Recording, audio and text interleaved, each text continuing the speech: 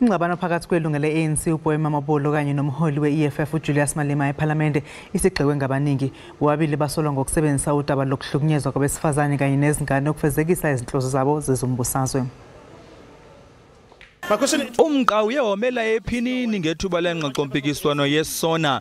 Kaloku umba uqhathazwa kwamanina ube phezulu kosopolitiki abebezama ukufumana ukuqaqamba ngethuba beseqongeni.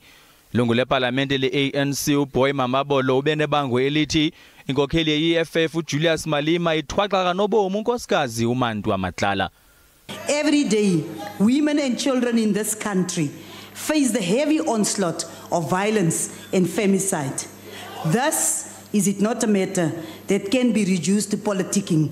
Ayiko kokuqala ke amanine ngenephuma kwingxoxo ezingqamene nezepolitiki. Ngo-2008 umama owayesakuba ngumongameli uThabo Mbeki uNomaka wasetyenziswa ngethuba leyanhlukwana ngaphakathi kweANC ezabona kuqanjwa iqela elitsha leCope.